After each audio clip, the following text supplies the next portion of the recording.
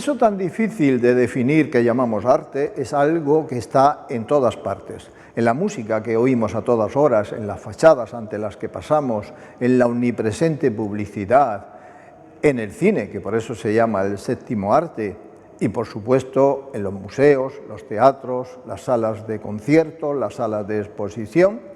Pero además, de hecho, todos somos artistas en mayor o menor medida, y no solo consumidores de arte o sujetos pasivos ante la creación artística. Ahora bien, no todos consideramos artístico lo que otros tienen por arte. Por ejemplo, para muchos un producto artístico tiene que ser algo bello y no consideran arte lo que ven como feo o lo que les parece que no tiene mérito porque sea demasiado fácil de hacer en su opinión. La cosa es compleja, ya que, por un lado, no todo el público tiene por verdaderos artistas a cuantos se llaman a sí mismos artistas, y por otro lado, no todos los artistas andan buscando un público, o eso dicen, pero en mi opinión, toda manifestación artística tiene que tener un público receptor, ¿o no? En fin, en este programa de 7 Región de Murcia no intentamos que usted acepte lo que no le guste, simplemente le sugerimos que escuche algunas ideas sobre el concepto de belleza y sobre la definición de arte y que las compare con las suyas propias, que sin duda no son menos valiosas que las nuestras. Para ello, les propongo que entren conmigo a este espacio del Centro Párraga y escuchen nuestra conversación. Nuestros invitados están ya esperándonos y, sin duda, usted va a encontrar interesante lo que van a decirnos. Por cierto, mi nombre es Alfonso Carmona y esto es Azufre Rojo.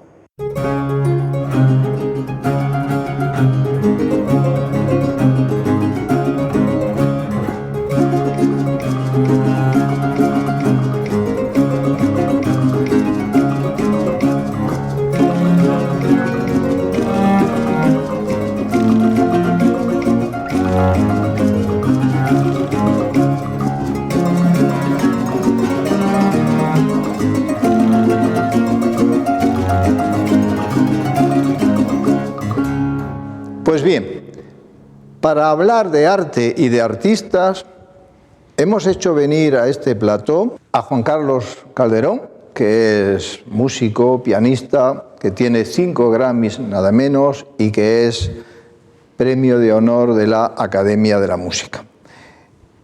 Tenemos también a Salvador Rubio Marco, profesor de estética de la Universidad de Murcia, y a Ángel Haro, artista polifacético, pintor, escultor, escenógrafo, etc. Juan Carlos Calderón es compositor y arreglista de prestigio internacional, flamante premio de honor de la Academia de las Artes y las Ciencias de España. También cuenta con 5 Grammys, premios Ondas y Amigo. Autor de algunas de las canciones más famosas en idioma castellano y autor de todos los arreglos del mítico álbum Mediterráneo. Comenzó su carrera profesional como pianista de jazz y su primer Grammy lo obtuvo por el disco de jazz titulado Bloque 6. Salvador Rubio Marco es profesor titular de Estética y Teoría de las Artes de la Universidad de Murcia. Es investigador especialista en temas de estética filosófica, estudioso y traductor del pensamiento y la obra del filósofo Wittgenstein, con numerosas publicaciones, seminarios y comunicaciones en su haber. Especialista en temas de estética de los medios audiovisuales y de la literatura. Ángel Haro lleva desarrollando su labor desde 1979 como artista plástico, alternándola desde 1991 con la escenografía en diversas producciones de cine, teatro y ópera. Cuenta con más de 40 exposiciones individuales y sus obras se encuentran en lugares como la Fundación Dvorsky, Nueva York, en el Museo del Grabado Español Contemporáneo de Marbella y en el Museo de Arte de Teherán. ¿Dónde hay arte? Yo creo que de donde uno quiera verlo es muy subjetivo y todo puede ser arte. No sé, pues lo mismo que una rama así machacada por el mar, que solo queda ya como una especie de madera casi blanca, le pones un pedestal y es maravilloso. Muchas veces es más importante el marco que lo que hay detrás o delante. Donde uno quiera verlo. A mí la pregunta ¿dónde hay arte? Me recuerda a una típica pregunta de la estética filosófica, de la teoría estética, que es ¿cuándo hay arte? Pero en el fondo no son dos preguntas distintas, son casi dos maneras distintas de plantear la misma pregunta. Y conectando con la respuesta de Juan Carlos, que me parece muy interesante, efectivamente hay arte donde uno sabe encontrarlo, sabe verlo. Y si por ese uno entendemos al artista, efectivamente la historia del arte nos ha demostrado que cualquier cosa es susceptible de ser transformada en una obra de arte. De eso tenemos múltiples pruebas en todos los museos. Y si por ese uno entendemos al espectador, tenemos uno de los grandes problemas de la estética moderna, y es cómo puede el espectador reconocer lo artístico allí donde o cuando hay arte. Y esto nos abriría otra puerta de la discusión. ¿Le podemos decir al espectador, Ángel, qué es arte? Yo creo que eso abre también otra puerta de discusión, y es...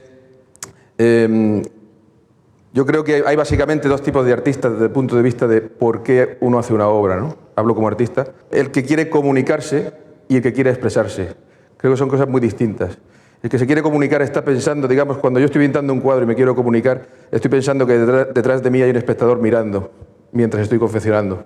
Pero si echo al espectador de mi estudio y me quedo solo conmigo, estoy simplemente expresando un sentimiento, una sensación o una fe íntima que no necesita espectador para existir. Son dos cuestiones muy distintas. Y creo que en la historia del arte hay buenos ejemplos de las dos situaciones. Una pregunta que frecuentemente nos hacen es si el arte ha de ser necesariamente bello, porque hay quienes consideran que si algo les parece feo, eso no es arte. ¿El arte ha de ser necesariamente bello? Bueno, la respuesta es no.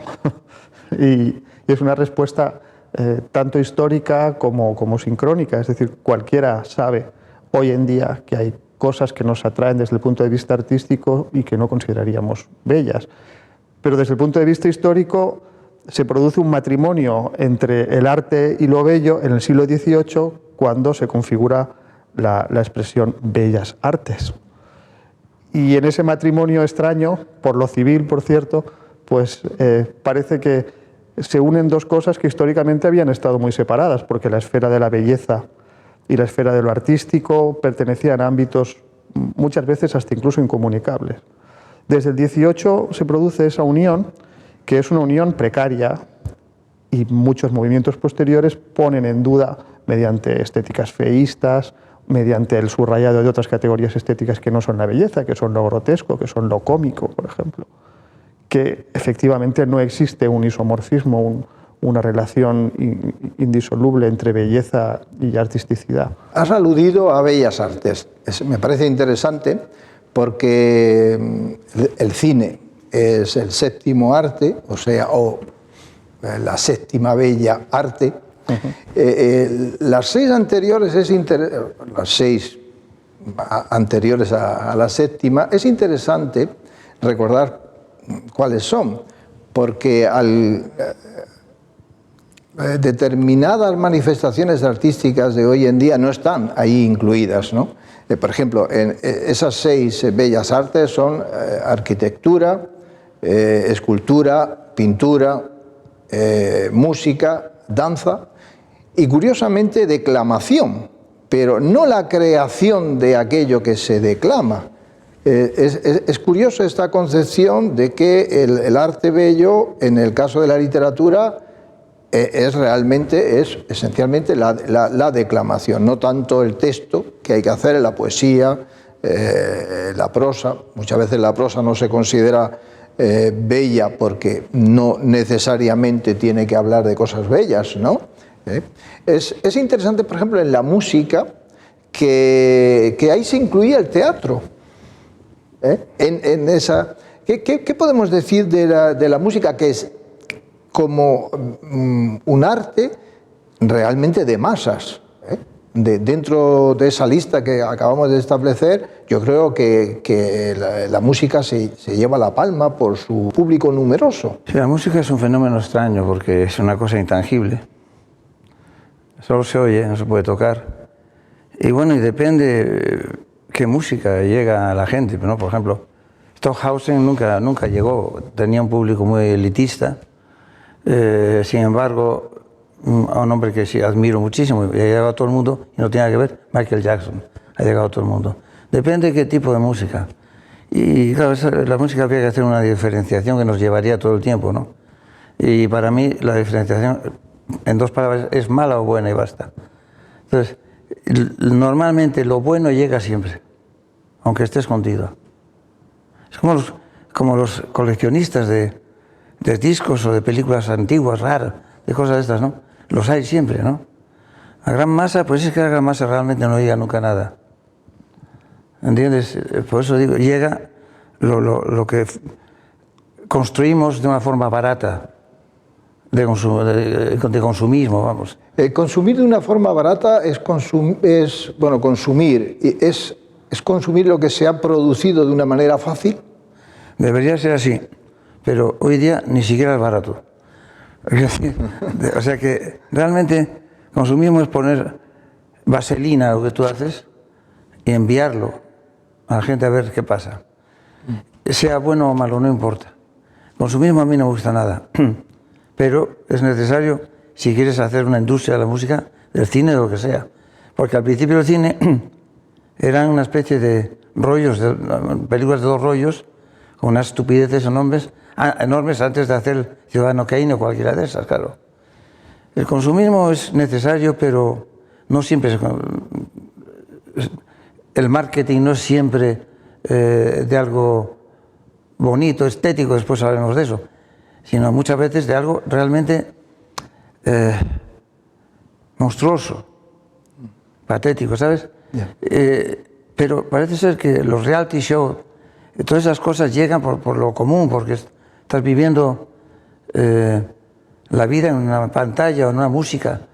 A veces una canción de puro fea, antiestética en este caso, pues resulta que llega antes, se hace popular antes. Lo grotesco suele tener un punto de atracción inevitable y que a veces no confesamos, pero yo recuerdo cuando aquel famoso Chiqui Chiqui, ¿quién no oyó esa canción y se quedó a oírla? No porque te gustara, sino por el asombro que te producía esa fealdad, ¿no? A mí me gustaría, de todas formas, introducir digamos, un elemento distinto, porque estamos hablando de estética, de arte, y estamos en un contexto completamente occidental en esta conversación. Yo he tenido la suerte y tengo la suerte de tener cierto contacto con el África negra y de hablar con artistas, y artistas contemporáneos y artistas muy mayores, ¿no? Porque en África el gran cambio se ha producido hace 40 años y todavía hay gente que ha vivido lo que fue digamos, el esplendor del arte africano antes de la llegada de la colonización cultural, ¿no? Y un día hablando con un viejo maestro senegalés, Villet Diba, que es allí como, bueno, los artistas en África son más importantes que en Occidente. Hablo de los artistas plásticos, ¿eh? No, de los músicos, que también, sobre todo los músicos. Y él me decía, hablando de esta relación entre las bellas artes, yo le nombraba esa relación nuestra, ¿no? Y él me decía, es que en África eso no es así. No es una serie de artes que se sitúan unas al lado de otras. Aquí tenemos como una onda expansiva, como una diana, donde el centro es la danza. Después viene la música, pero después de la danza. O sea, la música se hace música sobre la danza, no al revés, que sería nuestro caso. Después me hablaba de la escultura como tercera. Después la oralidad y un apartado que era la oralidad escrita, o sea, la literatura, que para ellos era como escribir el cuento contado, pero primero había que contarlo, ¿no? Y luego después venían pues fotografía, cine, etcétera, que era, pintura después, que era la última, digamos, de las convencionales para ellos, porque realmente en África no se ha pintado, sino que se le ha dado color a la escultura, que es distinto. Nuestro concepto de pintura viene de un concepto de abstracción y depuración de las ideas que ellos no han tenido, no han pasado por el Renacimiento. Ellos todavía están en procesos constructivos físicos, ¿no? Entonces, cuando él me contaba eso, me daba cuenta que nuestra comunicación con ellos en un mercado global, que es lo que está sucediendo, tiene sus chispazos precisamente por eso, porque nuestras categorías están situadas todas en parrilla de salida y las suyas son concéntricas, se expanden, donde, por ejemplo, Malangatana, que es el gran pintor de Mozambique, es un señor que tiene 85 años, allí es conocido por bailarín, sobre todo por bailarín. Lo de la pintura es como una cosa secundaria y la gente lo respeta sobre todo porque ha sido un gran bailarín. Entonces, la configuración es muy diferente, ¿no? Y me imagino que en Asia también será distinto. Lo digo porque a veces es verdad que tendemos legítimamente a pensar en nosotros, pero la historia del arte es un compendio de posibilidades que se han extendido por el planeta, ¿no? Claro, es que estamos hablando de la diferencia entre arte de élite y arte popular.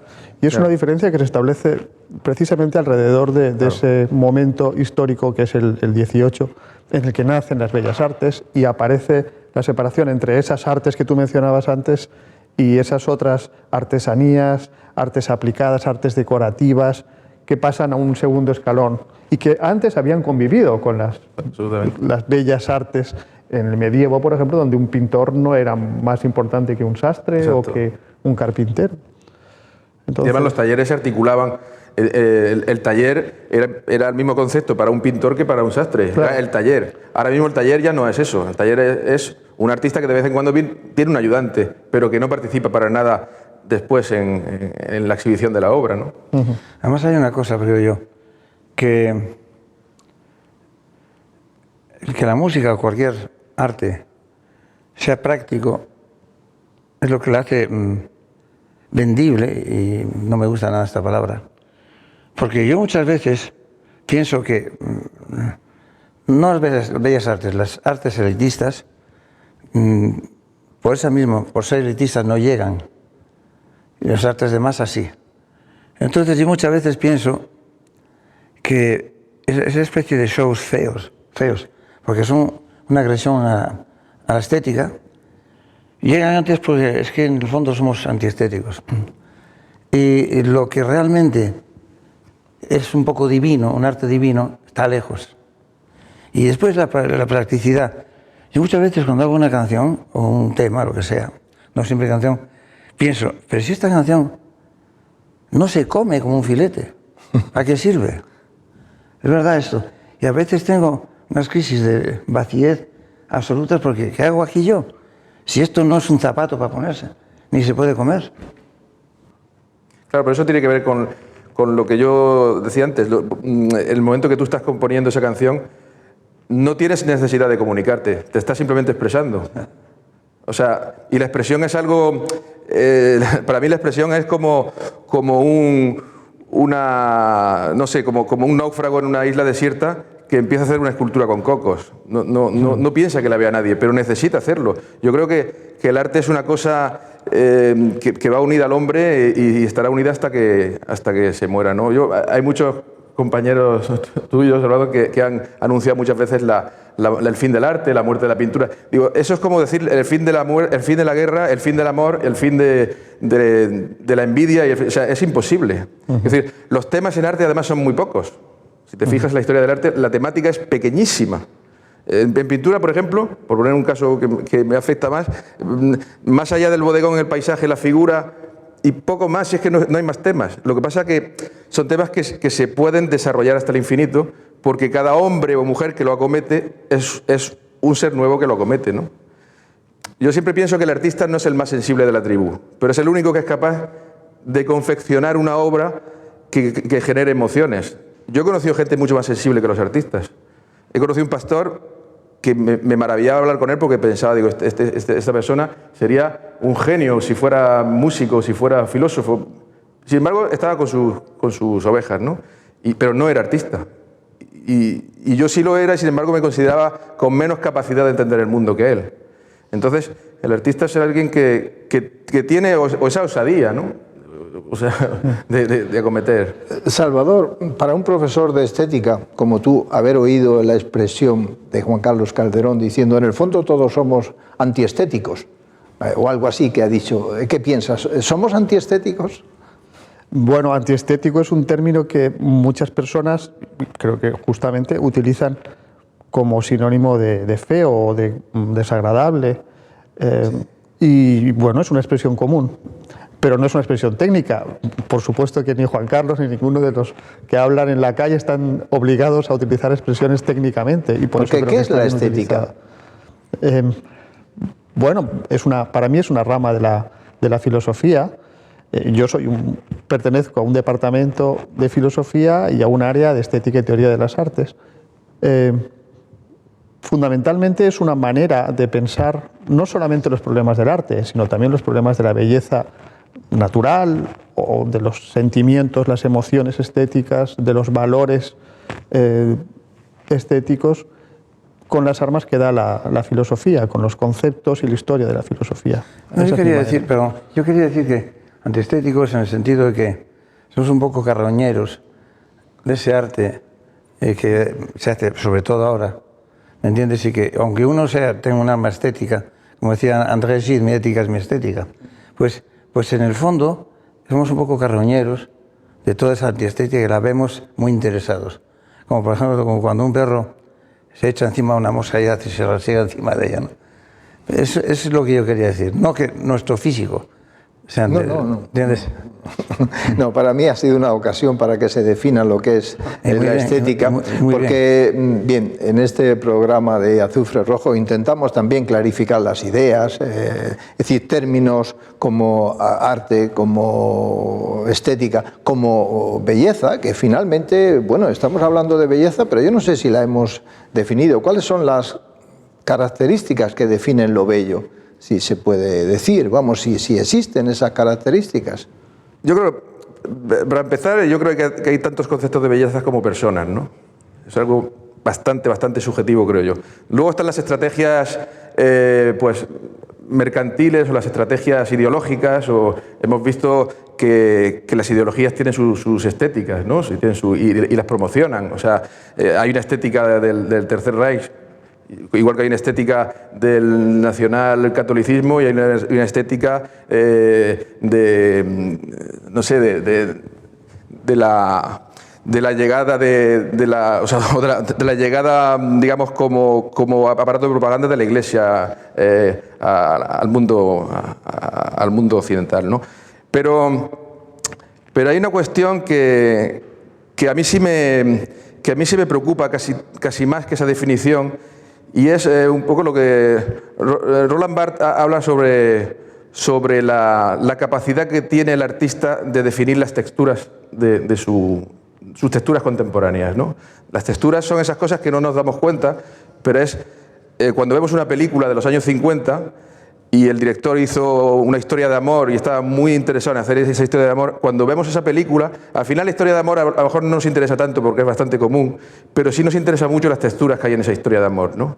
Los coches, los asfaltos, las casas, los muebles, y eso nos devuelve, eso nos transmite muchísimo más cómo sentía el ser humano en ese momento que esa historia de amor que el director nos está contando. Ahora mismo, por ejemplo, es verdad que se consume una estética muy dura, muy fría, muy violenta, se consume mucha violencia, pero siempre detrás de un cristal de plasma. O sea, siempre detrás de algo muy glossy, como dicen los americanos, ¿no? Algo muy brillante, muy limpio, muy estético. Sin embargo, soportamos muy mal la suciedad de cerca, peor que la soportaban a lo mejor hace 50 años. O sea, hay un escultor, Tony Cragg, un escultor inglés, que vive en un acantilado en el norte de Inglaterra, y él comenta que él ve las tempestades desde arriba de su casa y le parecen maravillosas, son muy estéticas, es un concepto muy wagneriano, ¿no? La tempestad que llega y rompe, la fuerza de la naturaleza, y le encanta, dice que crea mucho inspirado por ese momento. Sin embargo, que alguna vez ha intentado bajar abajo a ver la tempestad y es la cosa más fea del mundo, porque tiene peligro. Cuando nos acercamos al riesgo, perdemos la capacidad de interesarnos por lo feo.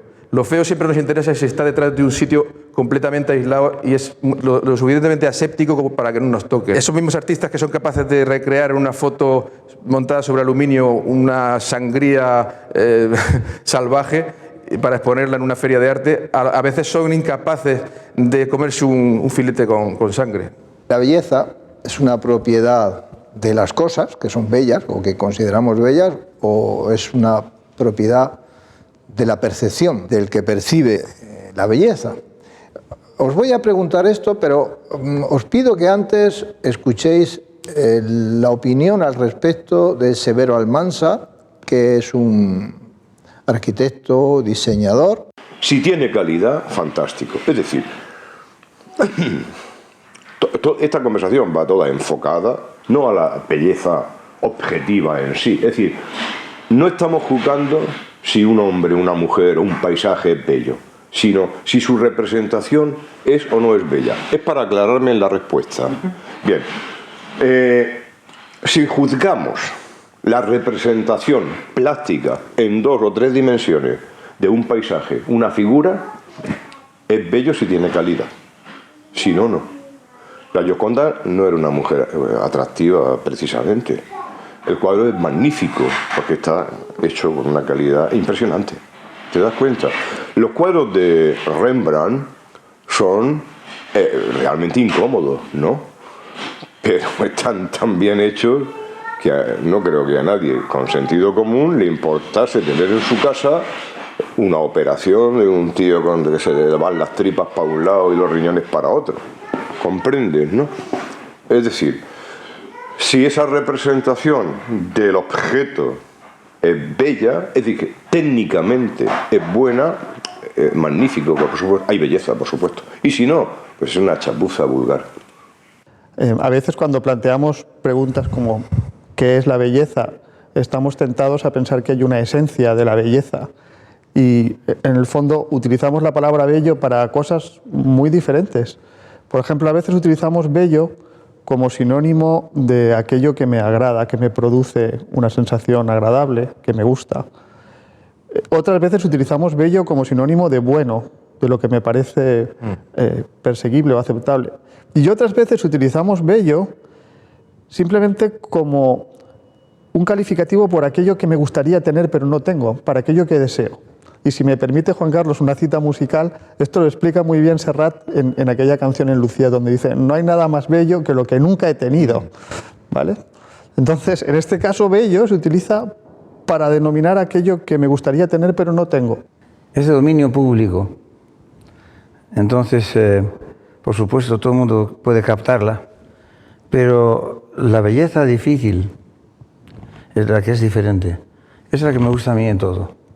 El tipo de belleza, por ejemplo, existe en todas partes, todo. Una esquina, una mesa, una pata de una silla puede tener belleza, ¿no?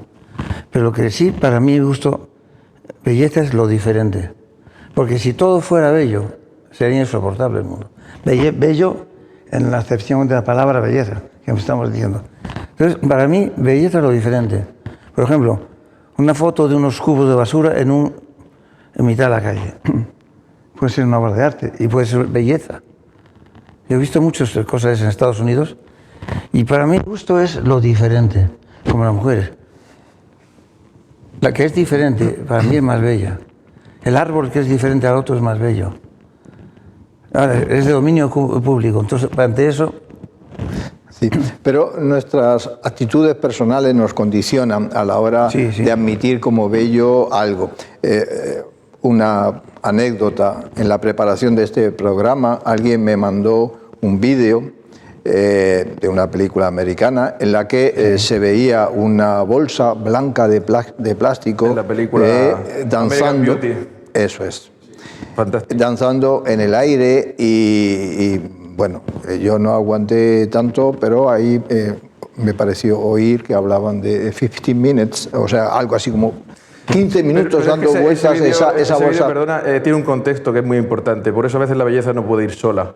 Tiene un contexto muy importante. Efectivamente, si ves el vídeo no es nada, pero en el contexto en el que está metido es una belleza. Yo recuerdo ese momento, se me pusieron los pelos de punta, porque es un chaval que tiene una vida muy difícil, que está encerrado en su casa sometido por un padre muy violento y le está enseñando un secreto a una chica que le gusta mucho, y su secreto es esa filmación que le ha hecho de una bolsa. Entonces, esa filmación cobra un sentido que no tiene por sí mismo, sino en el contexto que está contado, ¿no?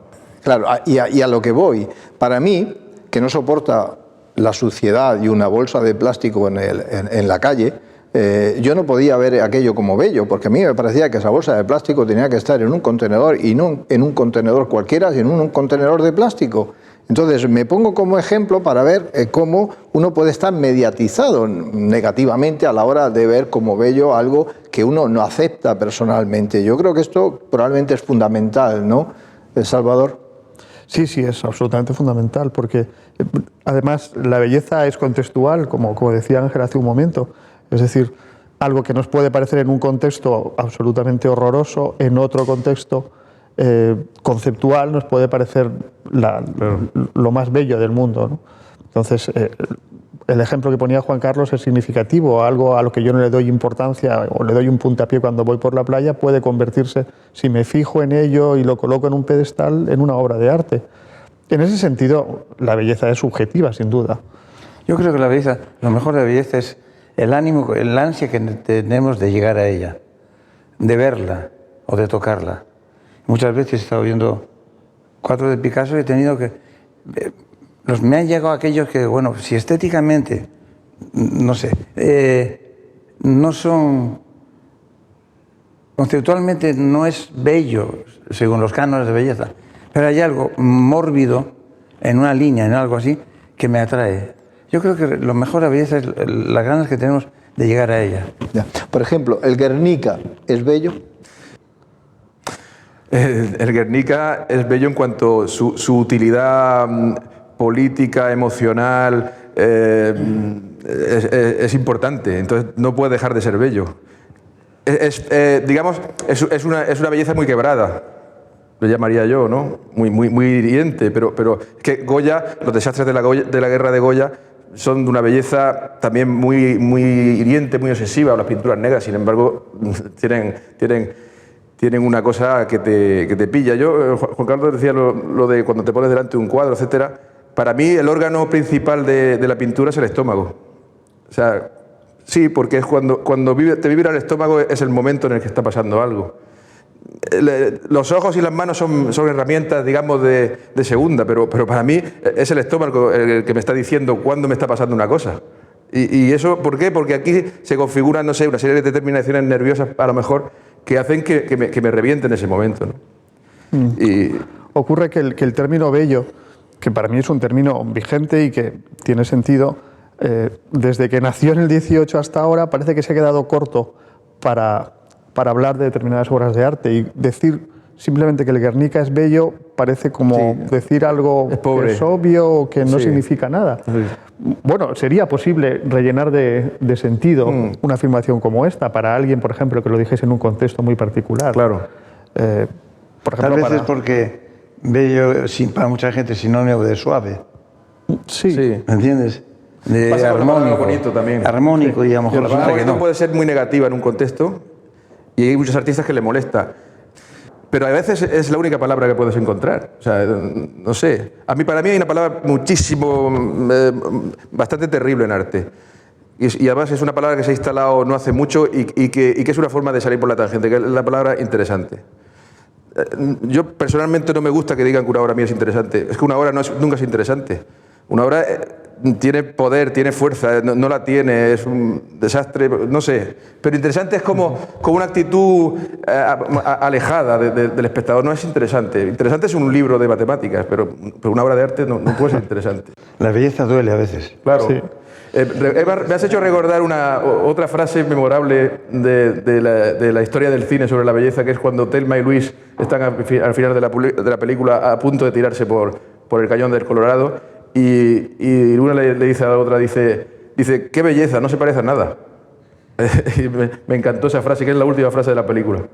Y es un poco lo de Serrat, ¿no? O sea, que lo bello sería lo insólito, claro, en ese caso, claro, también, ¿no? Es que yo creo que aunque haya pasado millones de años desde que se dice el hombre, no tiene definición la belleza. Porque es absolutamente... está hecha, en general, y porque... no es que sea intangible, pero es que cada uno piensa de una forma diferente.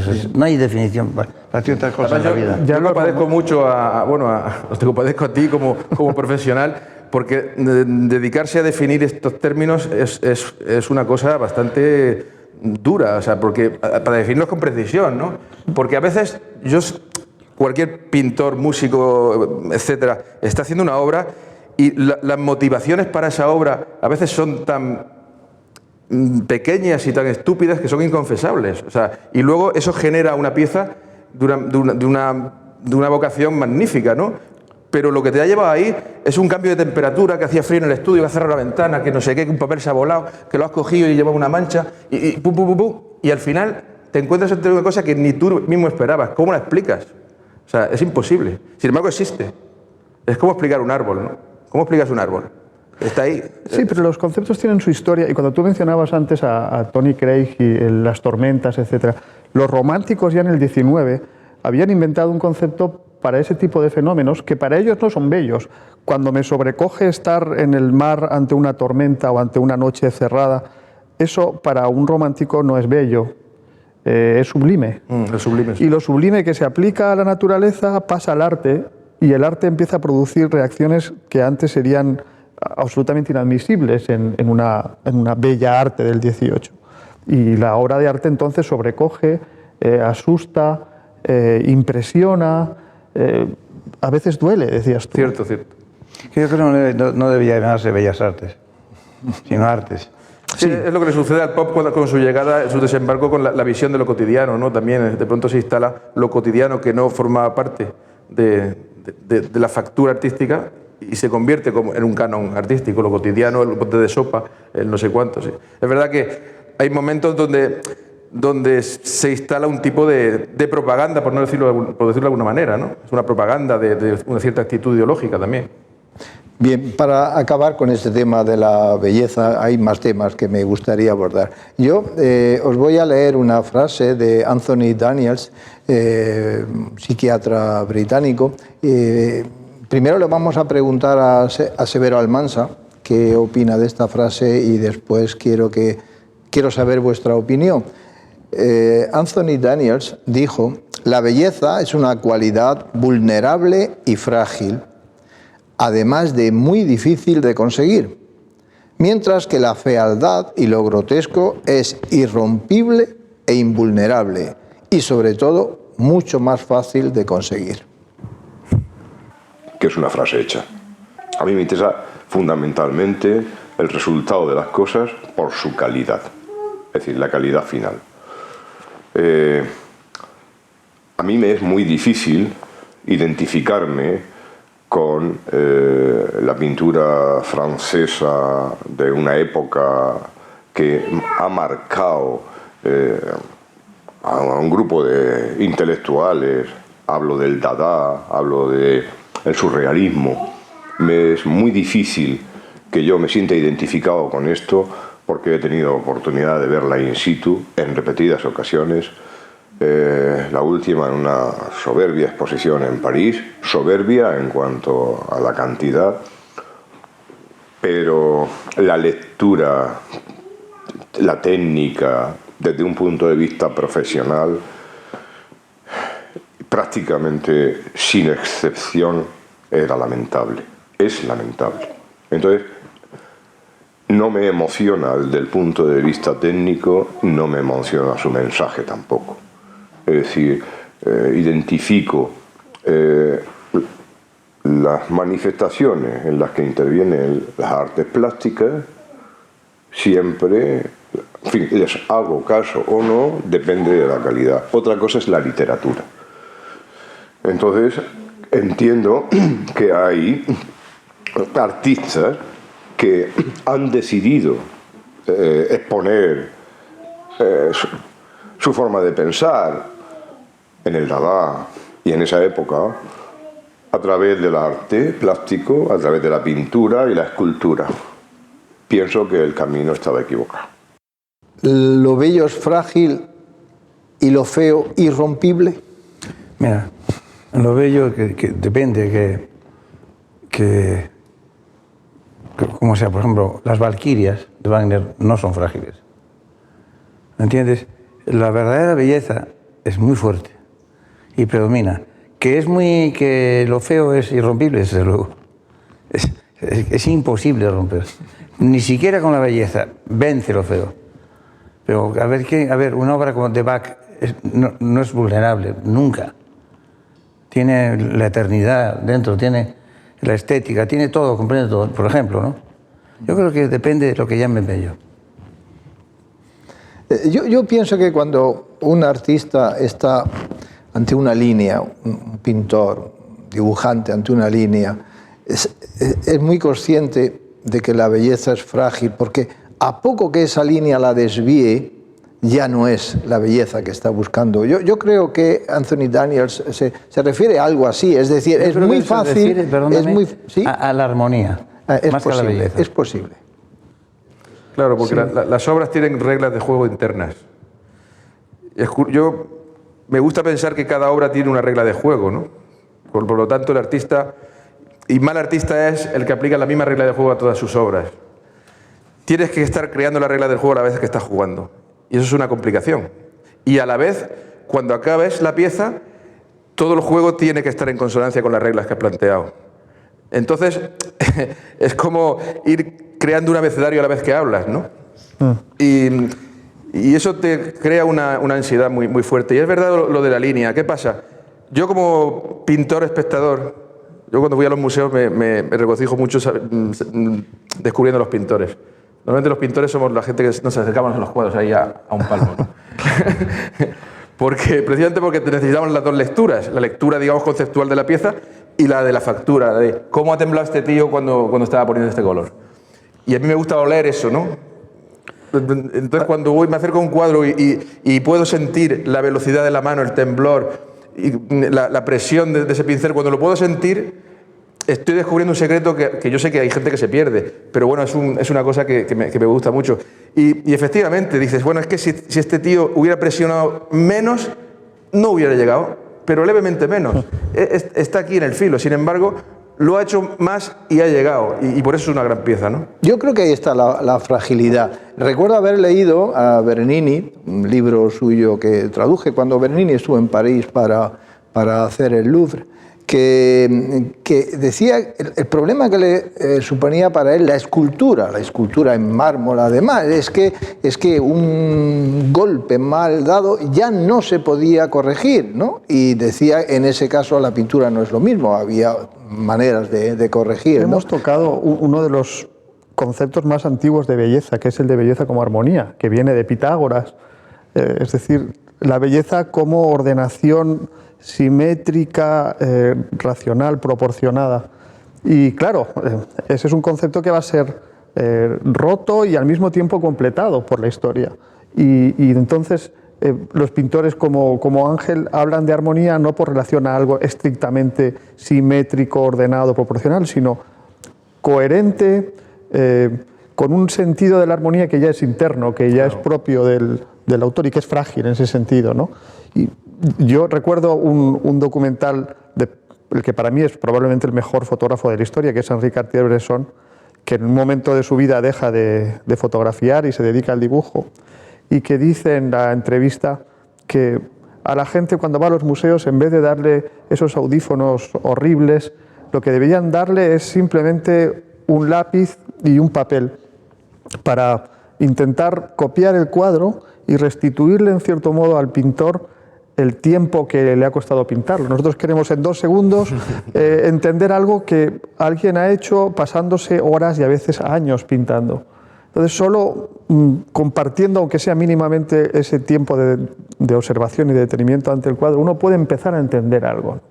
Yo creo que tenía razón. Es esa fragilidad que ya no responde a un sentido de la armonía clásico, sino a una coherencia, a una armonía interna de los propios presupuestos y su plasmación en la obra, que es lo que puede defender cualquier artista actual y que defendías tú hace un momento. Es así, sí.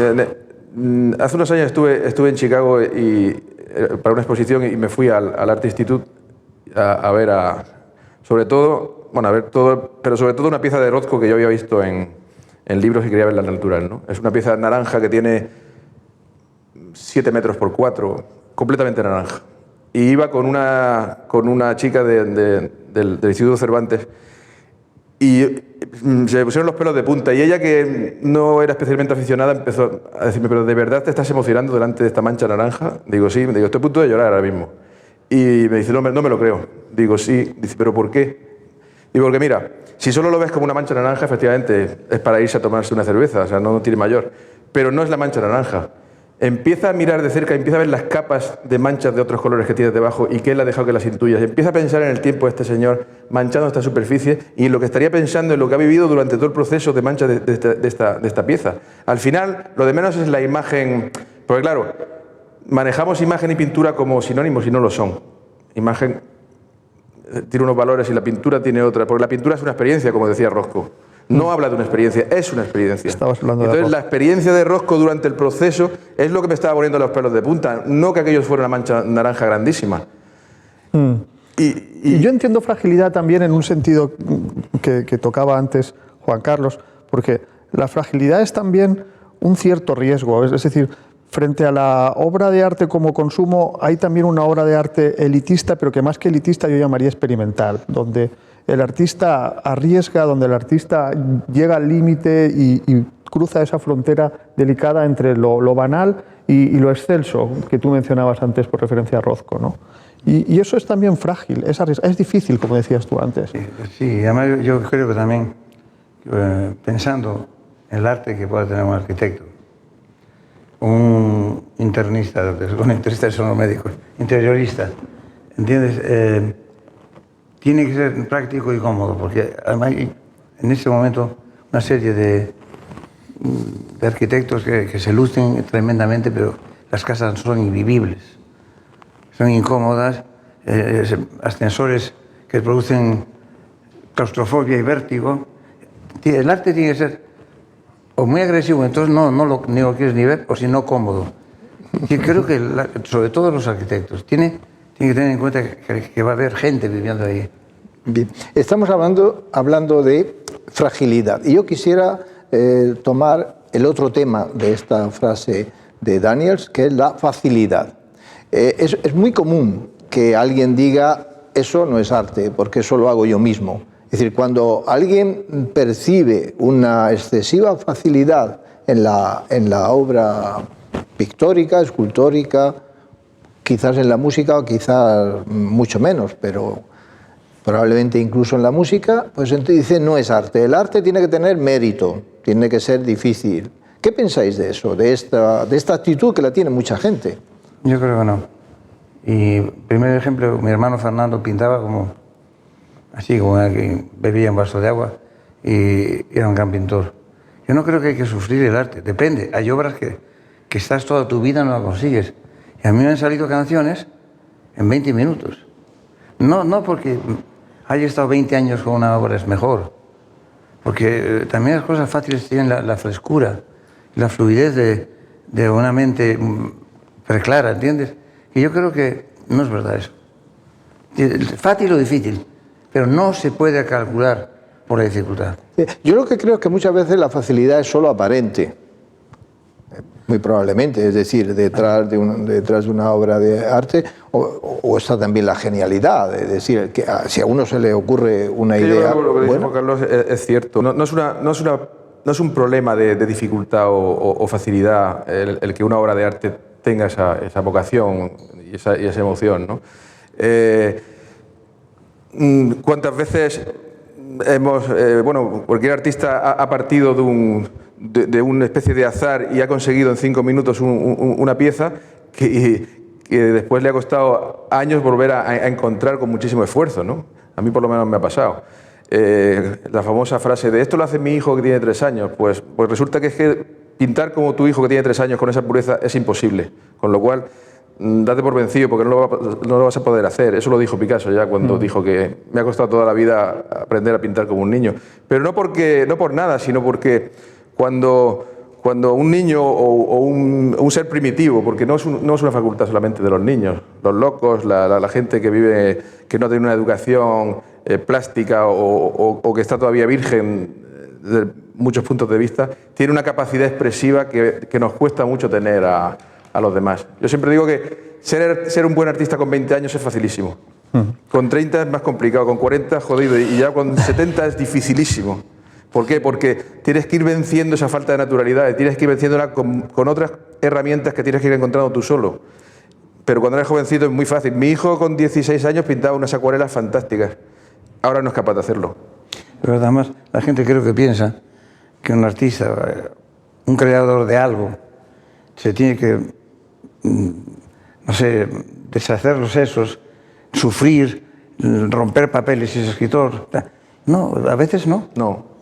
Es una idea muy cinematográfica también, que se ha dado lo hace un niño, lo hace un niño. Le pega fuego al cuadro y tal, que es muy cinematográfico. Para mí hay dos sentidos. Uno de facilidad, en el que estoy de acuerdo que efectivamente la facilidad es una virtud positiva, y otro en el que la facilidad me parece absolutamente negativa. Claro. Es decir, hay una facilidad. El otro día yo veía un concierto de un trío de cuerda, y yo, que soy músico aficionado, me maravillaba de ver cómo tocaban con tal facilidad que parecía que estuviesen conversando entre ellos, no hacían ningún esfuerzo, tocaban de una manera absolutamente natural. A mí me cuesta muchísimo tocar cualquier cosa porque no soy un profesional. Y eso me parece una facilidad buena, positiva. Igual que la facilidad de un buen diseñador que es capaz de hacer un objeto que es simple, que es sencillo, no es un butacón aparatoso, y por el que uno a veces paga mucho más que por una cosa aparatosa. Esa simplicidad, esa facilidad es positiva. Pero hay luego otra facilidad que me parece negativa, y es cuando detrás de un acto artístico no hay una evolución, un trabajo que muchas veces no es el trabajo ese del esfuerzo cinematográfico del artista que suda, que se deshace, sino que es una evolución muchas veces vital, una evolución que lleva a quitar capas en vez de poner capas, y que es a veces mucho más dura y más sincera que ese trabajo aparentemente esforzado y aparatoso del artista que quiere justificar que su obra vale mucho, ¿no? Fíjate que el caso de Velázquez es muy sintomático. Velázquez es un pintor que no tiene más de 60 cuadros, apenas se conocen bocetos. Su pintura, cuando te acercas, es bastante ligera, quiero decir que es una pintura que no está muy insistida. Y para colmo, el tío se permite el lujo de, con tal de conseguir la cruz de Santiago, renuncia al oficio de pintor por escrito, porque no le interesa. O sea que es un tío con una facilidad impresionante. Sin embargo, es el eje de nuestra pintura por muchísimos años, ¿no? Y nos ha marcado incluso positivamente a los artistas. O sea, ¿quién no empezó a pintar una habitación y acabó haciendo la estructura de las Menignas? Sin querer, porque la llevamos metida en... Porque yo creo que no hemos hablado de un tema, porque nos llevaría a 3 tertulias, que es la señora inspiración, que es mi obsesión. Siempre hablo de ella, ¿no? Que es la más infiel de todas. Entonces, claro, a lo mejor un día te acuestas con ella y te sale una cosa en 5 minutos. Pero si la sigues persiguiendo y persiguiendo años... Yo he estado de sequedad hasta 3 años, porque la niña esta inspiración se había ido de vacaciones. Y eso, hay que hablar de eso, porque existe. Eso es verdad. Sí. Y bueno, eso serían 3. También Serrat, al que se ha aludido antes, dice en una de sus canciones, las musas están de vacaciones. Sí. O no sé, no recuerdo en qué canción. Vamos a cambiar de tercio, como se dice en los toros, y como saben nuestros espectadores, en Azufre Rojo pretendemos interactuar con quienes nos siguen, y les hacemos algunas preguntas a través de Internet, de Facebook en este caso concreto. Aquí tenemos un ejemplo de lo que es a veces la ambigüedad del lenguaje, porque les hemos preguntado lo siguiente: ¿crees que hoy hay artistas de diseño? Nos referíamos a artistas prefabricados y han pensado que la palabra diseño se refería a saber dibujar. Y bueno, vamos a aprovechar alguna respuesta quizás para comentarlo, puesto que lo que nos dicen, pensando que el arte es solo la pintura, el arte hoy se hace sin dibujo, es otra forma de pensar. Bueno, ¿es verdad que hay esa ausencia de dibujo en el arte pictórico o plástico de hoy? Es que lo que pasa es que las herramientas cambian. Yo creo que un artista no debe ser un talibán de las herramientas, quiero decir. Es que ahora, si no eres digital, parece que no eres artista. Y como en un momento determinado, si no pintabas con clara de huevo sobre tabla, tú no eras artista. O sea, yo creo que la expresión necesita sus herramientas, y cada artista se expresa como puede, ¿no? Es verdad que hasta hoy, digamos, en el campo pictórico se ha dibujado mucho, pero yo, si me tengo que poner profundo como artista, te diré que el dibujo y la pintura no tienen nada que ver. Nada que ver. Es más, el dibujo tiene mucho más que ver con la escultura que con la pintura. Hay grandes pintores que son muy malos dibujantes. Tapies es uno de ellos. Tapies se pone a dibujar y no sabe construir, porque es un arte que viene de un pensamiento constructivo, racional. Estás contorneando el mundo. La pintura se refiere a otra cosa. La pintura es una invasión de las manchas. O sea, estás invadiendo con grandes rasgos, estás construyendo las formas con color. O sea, para el dibujante el color es una forma de rellenar y de acabar o de mejorar. Para un pintor el color es el que construye la forma. Si coges a Turner, en Turner no hay dibujo. Los románticos dibujaban muy poco. Y es más, cuando se pone a dibujar yo creo que la fastidia, porque pierde esa magia. Entonces, el dibujo es importante si lo necesitas, pero si no lo necesitas, pues no lo es. Y hemos hecho otra pregunta a nuestros espectadores. Les hemos preguntado si el artista ha de caminar un palmo por encima del suelo o debe tener los pies sobre la tierra. Hemos seleccionado una respuesta que me gustaría que comentarais. Alguien nos ha dicho, tal vez ese sea el problema de muchos artistas que ha dejado de encontrar la belleza, supongo que será que han dejado de encontrar la belleza en lo cotidiano, pues están por encima del suelo. El artista, en mi opinión, debe reinterpretar una realidad y acercarnos lo bello.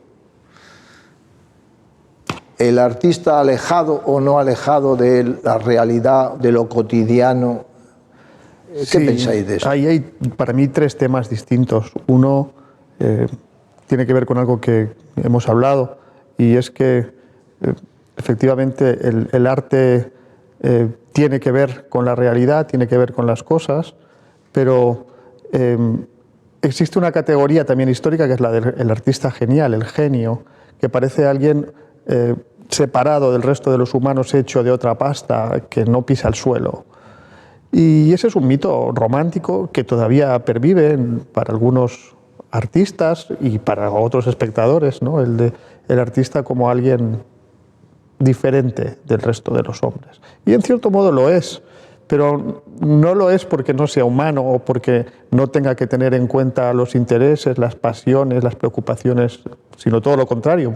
Su arte conecta en la medida en que sea capaz de vivir en el mundo que viven los otros. Por lo tanto, efectivamente el artista es alguien que tiene que tocar suelo, en ese sentido de que tiene que conectar con el mundo de los demás, porque en cierto modo se debe a los demás. Y solo en un sentido muy especial, muy particular, podríamos decir que se puede permitir levitar solamente un palmo, pero no porque no sea humano, sino porque esa es la distancia que le permite hacer soñar a los otros, hacerles ver desde una perspectiva distinta. Hay otra respuesta a la misma pregunta que me parece bien elaborada, la de Antonio Pérez Gallego, que dice, admitiendo que al artista cabría suponérsele una sensibilidad especial y que se desarrolla en un momento y un espacio, su obra, vista como conjunto, no puede desligarse del mundo en que vive y al exponerse públicamente, con más motivo, debería contener propuestas y críticas. El artista como crítico de la realidad. Es que no siempre es él. Además, estas cosas necesitan un tiempo. Quiero decir, estamos demasiado acostumbrados a que el arte sea un telediario, ¿no? Muchas veces, ahora mismo. O sea, el artista debe de dar una respuesta plástica, musical o videográfica de un problema concreto.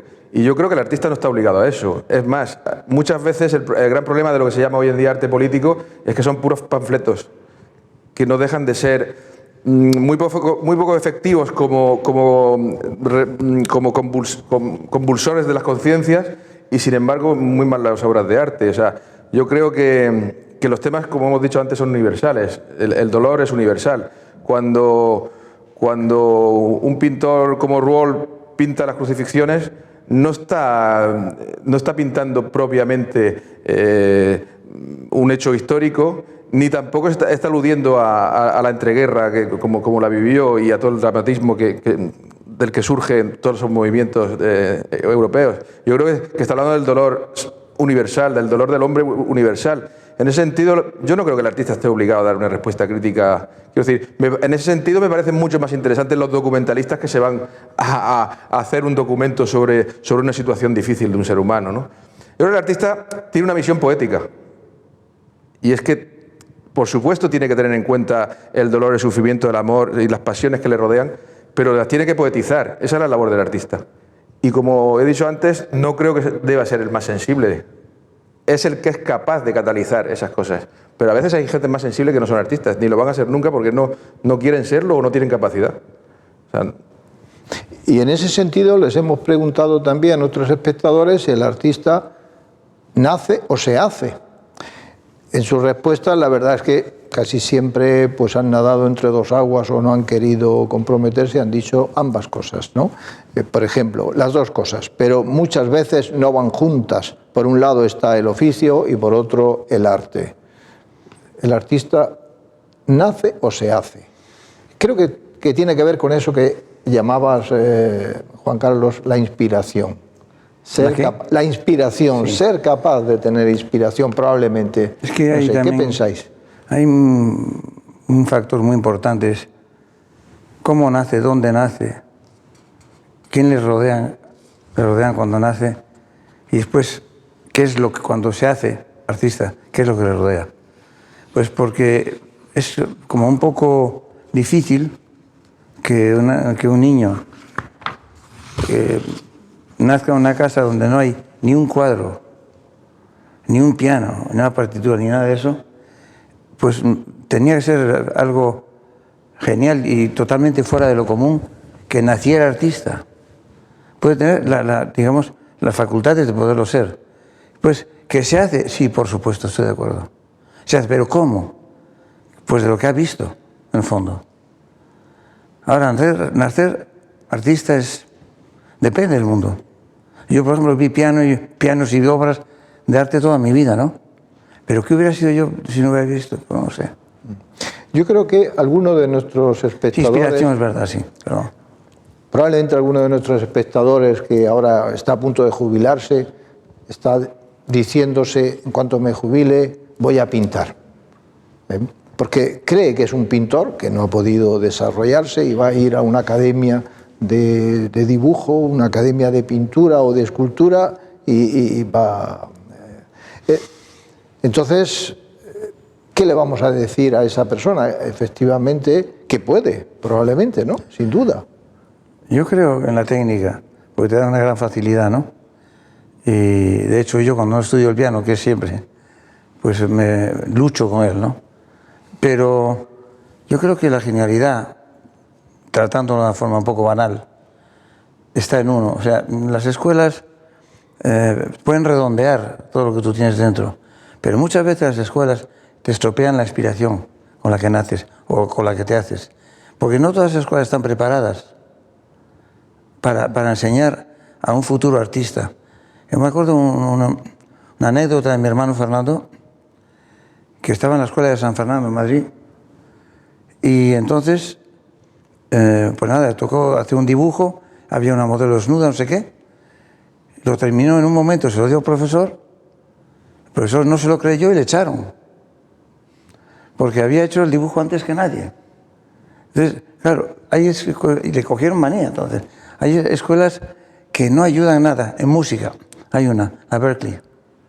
A mí reconozco que es una buena escuela para hacer muchos músicos, pero no geniales músicos.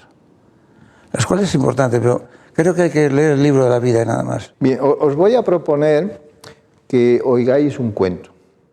No es exactamente un cuento infantil, pero es un cuento. Es un cuento que habla de arte y de cómo la sociedad se enfrenta a la pasión que suscita el arte. Porque hasta ahora hemos hablado sobre todo de la creación artística, pero vamos a colocarnos en el lado del que es, en unos casos, espectador, oyente, sujeto pasivo ante la creación artística, y esta creación artística le emociona hasta el punto de que puede llegar a hacerle cambiar de vida o hacerle olvidar las obligaciones de la vida, como sucede en este cuento que nos va a leer Eva.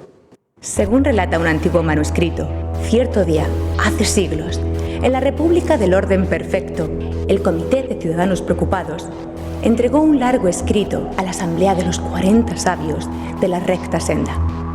El secretario leyó el escrito y con gesto de preocupación se lo llevó al presidente, quien mandó convocar inmediatamente a todos los sabios oficiales de aquella asamblea.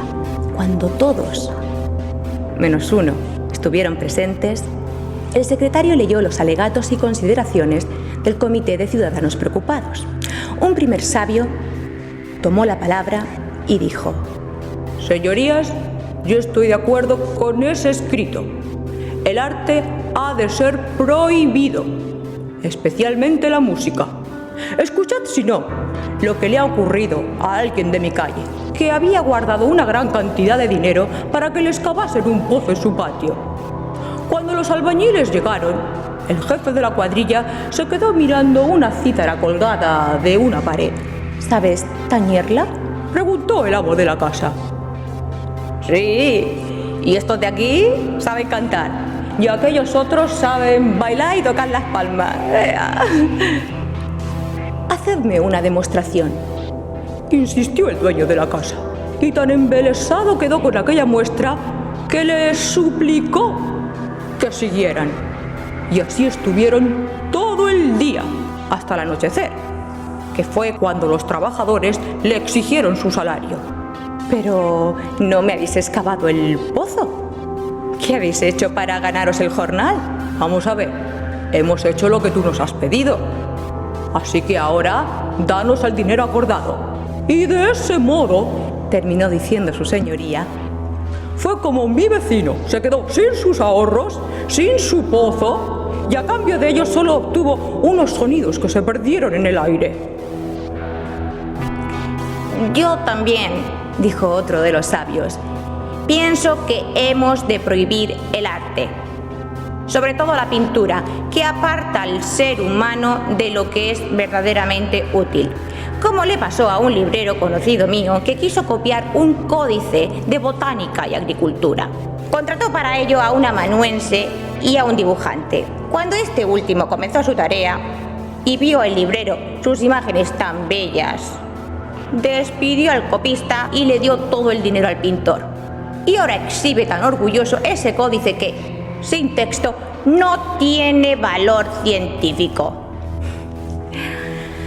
Tras estas intervenciones vinieron otras, aportando ejemplos de cómo las diversas artes desviaban a las personas de la búsqueda de la utilidad.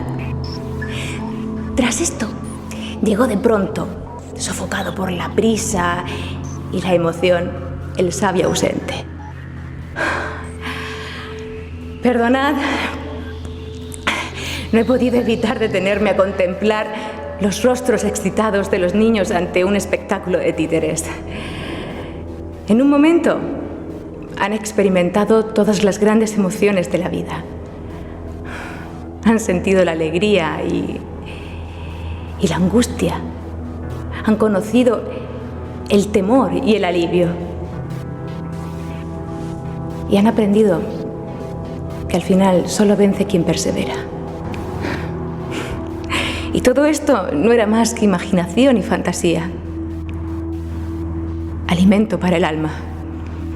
Vengo a proponer que el arte sea declarado de utilidad pública. Sin embargo, queridos espectadores, las últimas líneas del manuscrito que contiene esta historia están completamente roídas por las polillas y es imposible saber qué decisión adoptó la Asamblea de los 40 sabios de la recta senda.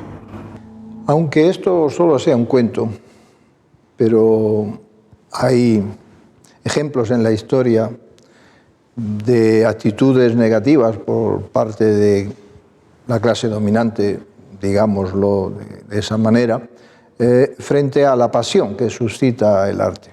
Recuerdo, por ejemplo, en el siglo XIX, a principios del siglo XX, la aversión que existía por el cante flamenco, pero no por el cante flamenco en sí, no era una crítica de arte, era por la actitud de los aficionados al cante flamenco que hacía que, por lo visto, olvidaran otras cosas más convenientes para la patria, para la sociedad, ¿no?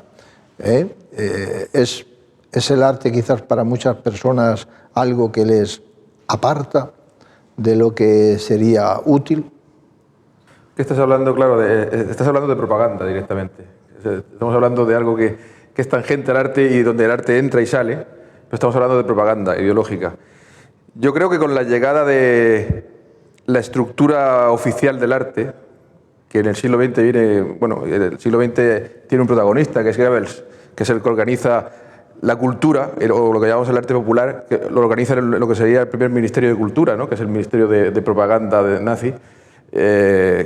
Como buen aficionado al arte, sabe también del poder contaminador del arte y de los artistas sobre la sociedad, y entonces deciden organizarlo, porque hasta ese momento yo creo que sí se había hecho, pero de una forma tan oficial, ¿no?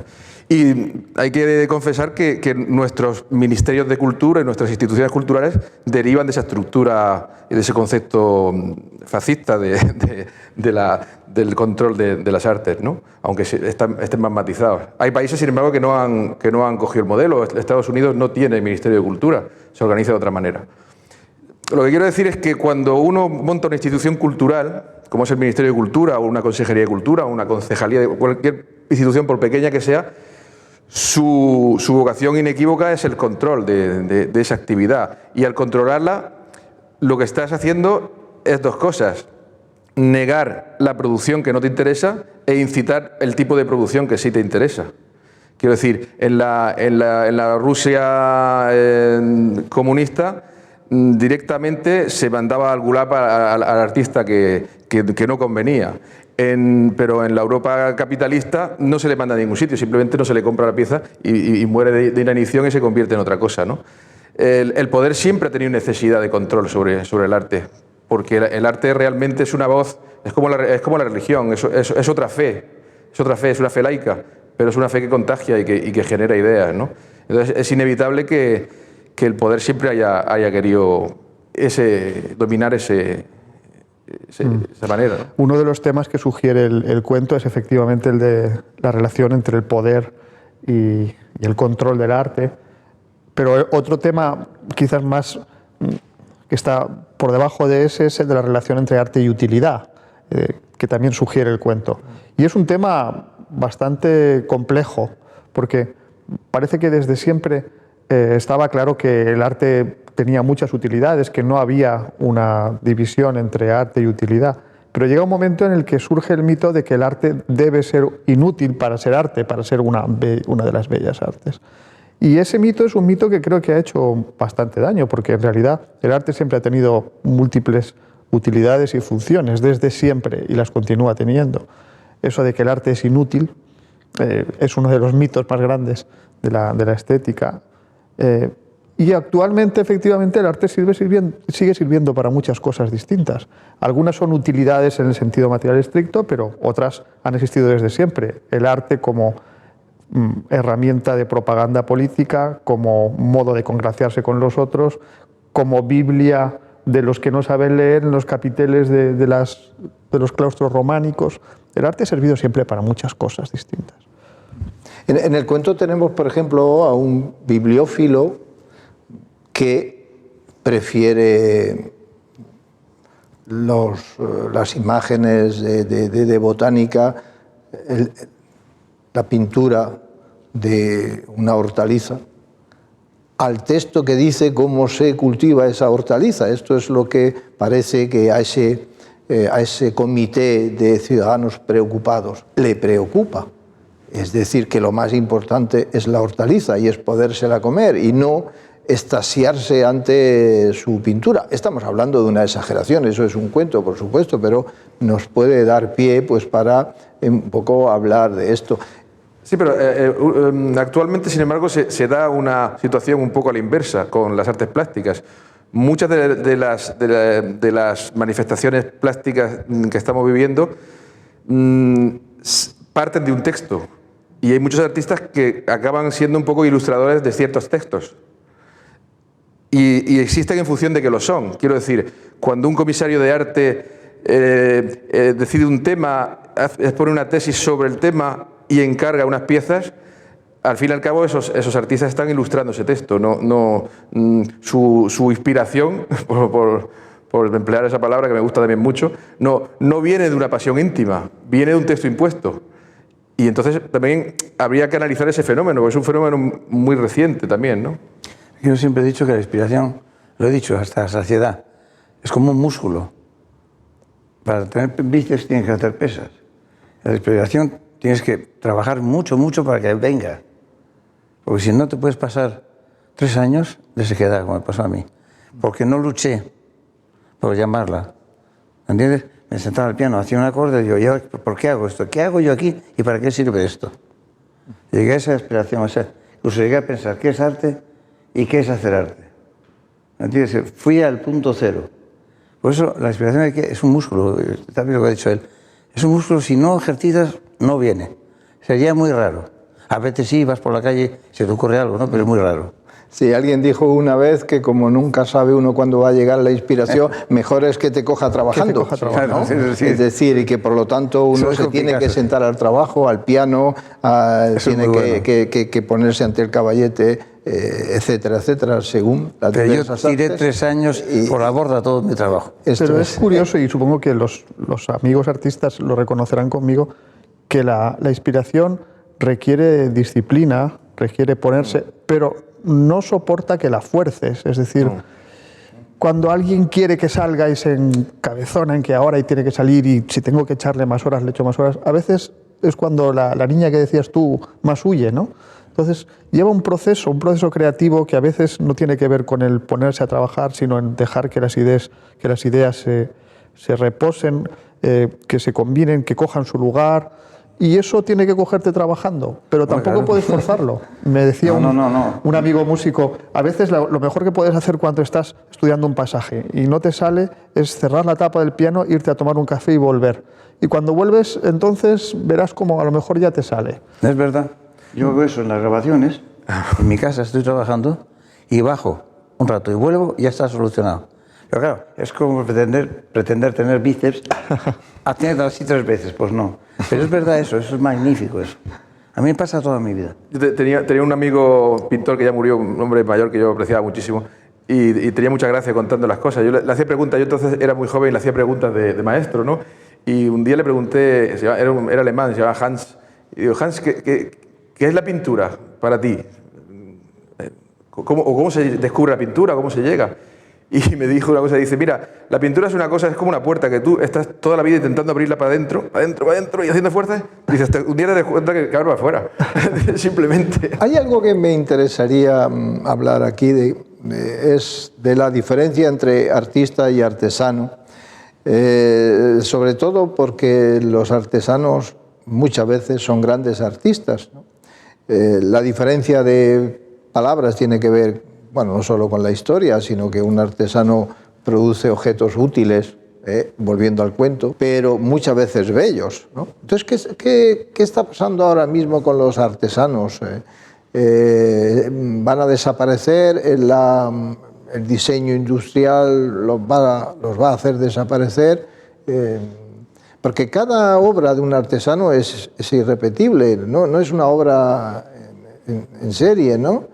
A veces me pongo a comparar diversas piezas de Larios de Lorca y tienen todas el mismo motivo, pero como no es una obra en serie, cada una tiene algo diferente y yo encuentro que eso es como muy, bueno, muy interesante, aunque la palabra a ti no te guste. ¿Qué podemos decir de artista y artesano? Lo que pasa es que yo sí diferenciaría una cosa, o sea, El artista necesita oficio, igual que el artesano, eso es incuestionable, el que sea, y el que le sea útil. Tampoco me interesa mucho esos artistas que tienen una capacidad técnica impresionante, pero que luego no la saben aplicar, o que la aplican de una forma tan confusa que resulta un magma de técnicas, ¿no? No me interesa. O sea, hay grandes artistas muy poco dotados que han cogido esas pequeñas dotes y las han amplificado muchísimo. Estoy pensando en Francis Bacon. Francis Bacon no es un gran pintor técnicamente. Sin embargo, con lo poco que sabía, creó una obra magnífica. O Van Gogh, gente así, ¿no? El caso de Velázquez es el contrario, es una persona muy dotada. Pero eso no significa que alguno sea mejor o peor artista. Lo que pasa es que yo sí creo que hay una pequeña diferencia, y sí es, vamos, yo por lo menos sí la percibo. El artesano no tiene vocación de hacer trascender una emoción personal. Y el artista sí. Aunque se equivoque, es distinto. El artesano te va a confeccionar muy bien una pieza para que tú te deleites con ella. Pero detrás de esa pieza van a estar sus manos, pero su alma a lo mejor no va a estar. Son cuestiones distintas. Detrás de la pieza de un artista siempre está su alma, por mal hecha que esté. Entonces sí que hay esa pequeña diferencia. Aunque es verdad que esa diferencia se ha agrandado con el mito también de que el artista no necesitaba oficio para trabajar, ¿no? Y eso es mentira, eso ha sido una gran mentira reciente que además ha dejado un rastro de artistas que hubieran podido ser y no han sido, ¿no? Y eso es así. Pero yo sí que creo que hay una diferencia. Normalmente se dice arte menor y arte mayor. Antes dije que no había nada más que lo bueno y lo malo, la diferencia. Muchas veces, yo hablando con músicos de música clásica, sinfónica, que yo tuve que estudiar también, como que son despreciativos de los que hacemos canciones a veces. Entonces yo le dije a uno, vamos a llamar la canción como artesanía, ¿no? Bueno, eso. Le dije que era mucho más difícil hacer una gran canción de éxito mundial que una sinfonía. Entonces, para ti lo que tú haces sería con respecto a otros músicos como... Tú serías un artesano y los otros serían unos artistas. O sea, es que canción lo llamarían arte menor al lado, por ejemplo, de una obra pues, de 30 minutos que presenta todo eso. Pues yo, como he estudiado otra técnica, para mí una obra de 30 minutos tardaría en escribirla mucho, pero una buena canción, en mi caso, tardo en hacerla hasta 3 meses. Es muy difícil, es dificilísimo.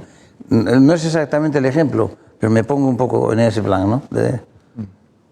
Bien, sobre arte, artistas,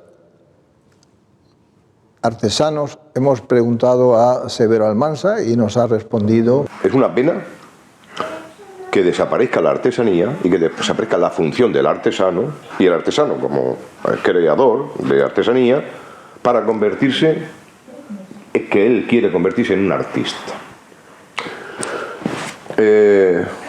Tú has estado en Florencia y la puerta del Duomo es obra de un ebanista magnífico, mitad ebanista, mitad escultor, no sé cuánto tal. Eso sí tiene una función social realmente, ¿te das cuenta? Pero estamos asistiendo, por ejemplo, a los grandes fabricantes, fabricantes de cristal en Italia, Daum en Francia, Lalique en Francia también, los suecos, Boda y Orrefort, y por no hablar de Murano, ¿no? En Italia, que han pasado de hacer auténticas maravillas. Si la cámara enfoca eso, verá ese jarrón de Daum de los años 30, una pieza de deco preciosa.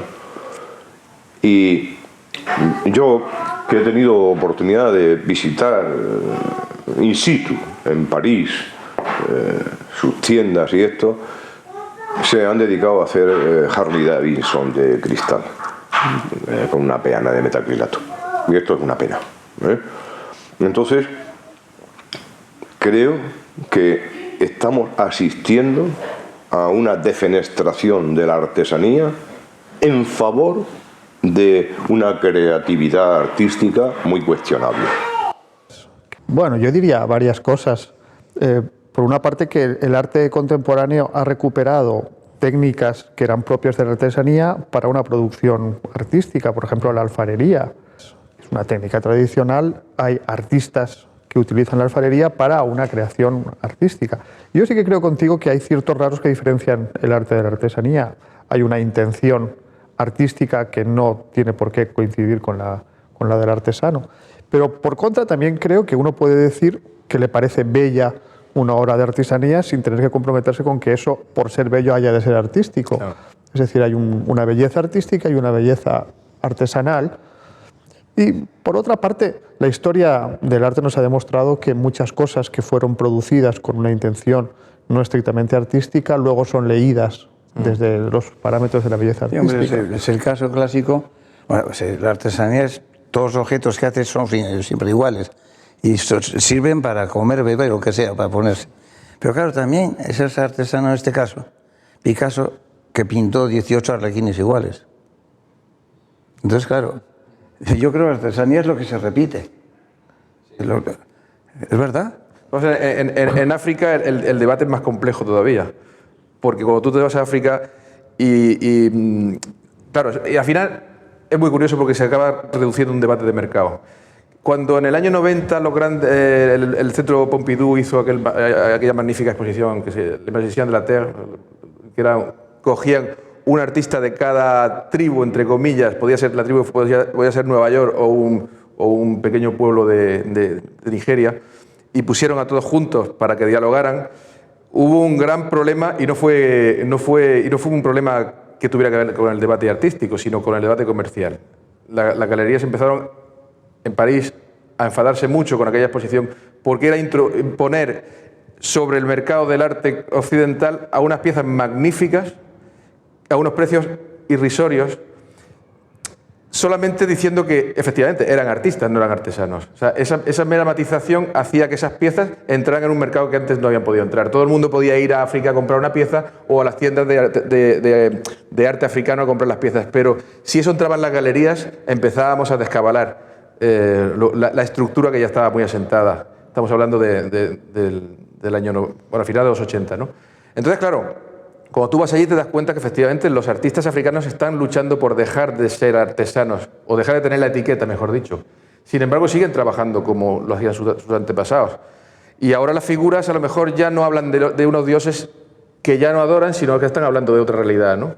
Pero sí que es verdad que hay piezas magníficas que dices, bueno, si yo no sé quién las ha hecho, puedo pensar que es una pieza artesanal, pero como este señor me la está defendiendo como la está defendiendo, resulta que es una pieza de un artista. El caso es que todavía no tengo parámetros históricos como los que tengo en Europa para definir esa pieza. Pero el debate ahí ahora mismo está muy latente, o sea, es un debate con mucho vigor.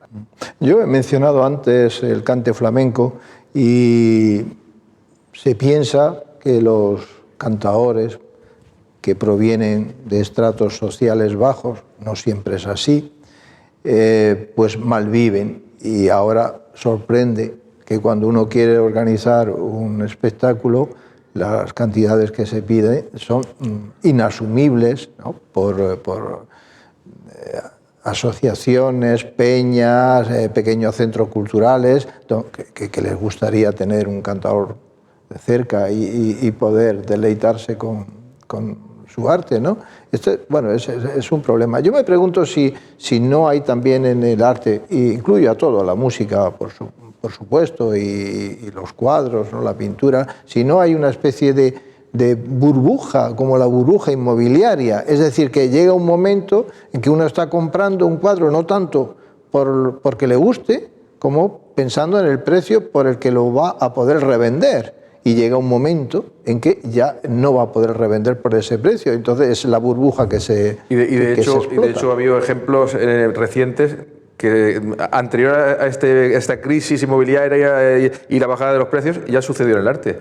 En los 80 España tenía unos artistas carísimos y de pronto cuando saltan los 90 con la crisis de la pintura, los coleccionistas intentan vender los cuadros por la mitad de lo que les había costado, en muchos casos.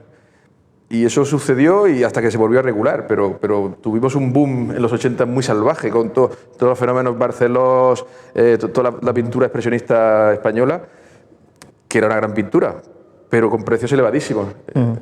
Y bueno, después esas piezas las hemos visto a mitad de precio, otra vez, ¿no? Pero No les quitaba nada a los cuadros, quiero decir, no les quitaba nada de calidad a las piezas, pero era un problema de eso, de fluctuación de mercado. Sí, pero estamos hablando de intangibles todo el rato, porque la cuestión es, cuesta lo que vale, pero eso lo que decimos del arte lo podríamos decir de un vino o de un jugador de fútbol. Es decir, que muchas veces sí, claro. Lo que vale realmente es el valor que tú le das o el que la propia sociedad le pueda dar. Esa rama de la playa a la que uno puede darle una patada o considerarla como una obra de arte de la que hablabas tú al principio, efectivamente vale lo que uno quiera que valga. Puede no valer nada, puede valer miles de millones. Sí, esa es la ironía del urinario de Duchamp, ¿no? Los ready-made.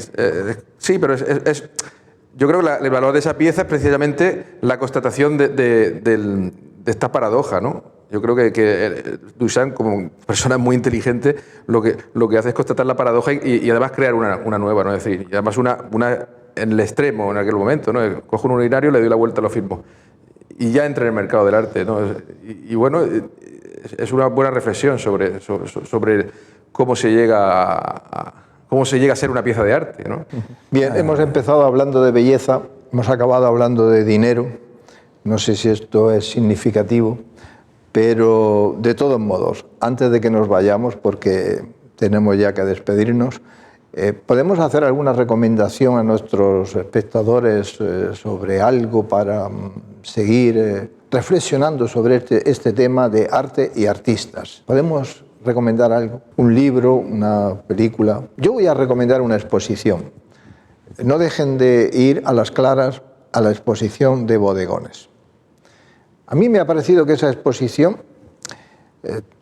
además de muchas cosas bellas, ahí sí que entro en lo bello, además de mucha reflexión sobre el porqué del arte, hay una unión de lo artesanal y de lo artístico interesantísima.